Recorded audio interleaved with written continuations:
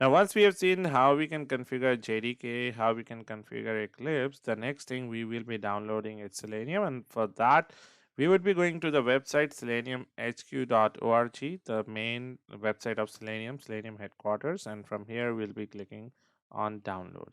So now Selenium comes in, like you can download Selenium through two ways. One is not even two ways, you can download it in three ways. One, using this standalone server, right, which is very widely used. This is one single jar file. This is basically a jar file. If you click on this, you get one single jar file.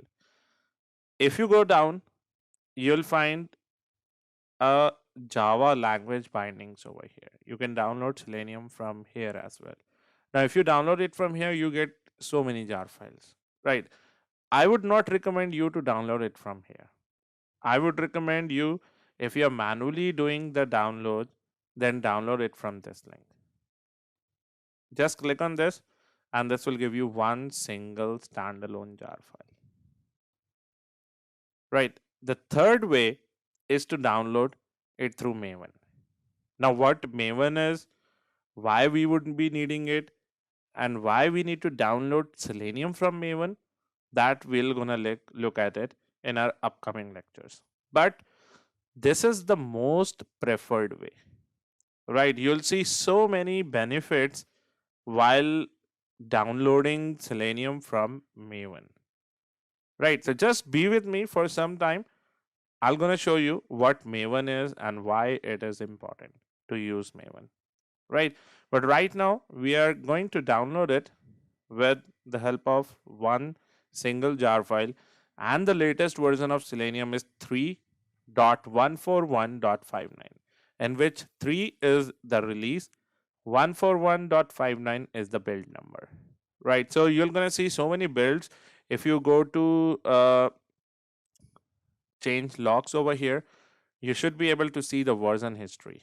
Now, these build numbers will tell you what all issues that they have fixed in the current deployment that they have done in their project, in the current release, what all new things that they have implemented. If you want to look at the previous releases as well, previous builds as well, this is how things works in development, right? Whenever a product is in a development phase or in a maintenance phase, there are codes been written, there are codes been checked into some centralized repository, could be GitHub, could be SVN. And when we are doing checking on of that code, we mention the build number as well, right? So at times the build numbers are generated automatically with the help of your source code management tools like GitHub, like uh, SVN, right? So that is what these release are also. I mean, that is what you see the numbers over here as well, right? Whenever there is a major release, they change the release number. Otherwise, whenever there is a check-in done in the same release, the build number gets updated, right? If you go down prior to 3, you'll find the release as 2.53. This was the last release, final release of 2.x series, right? And then they migrated to Selenium 3, right? So this is what where you can see the version history, what all things are being added. After some time, you may gonna find a new version of Selenium jar uploaded over here. So whenever you are working on Selenium, make sure use the latest version only, right? I'll be working on the latest Selenium only. So once this jar is downloaded, we're gonna copy this jar. I've already downloaded it. That is the reason it is showing it as like the copy 123. I have downloaded and kept it over here. So this is 3.141.59. Now what you need to do, you need to go to Eclipse, create a new project,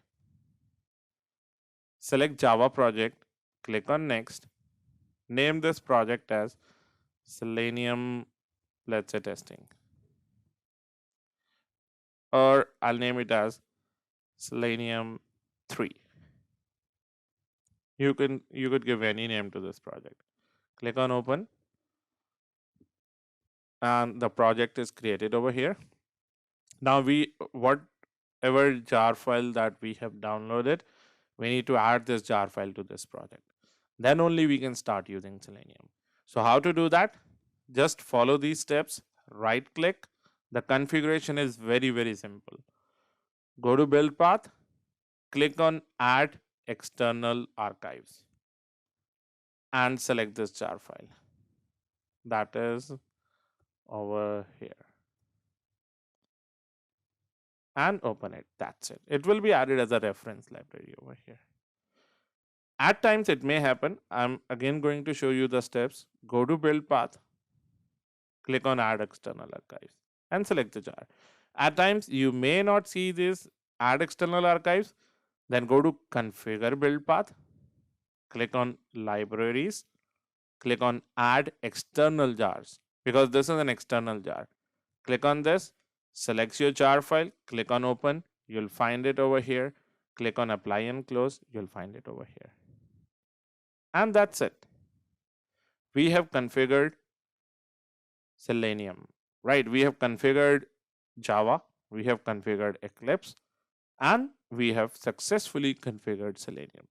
Now we are ready to use Selenium, right?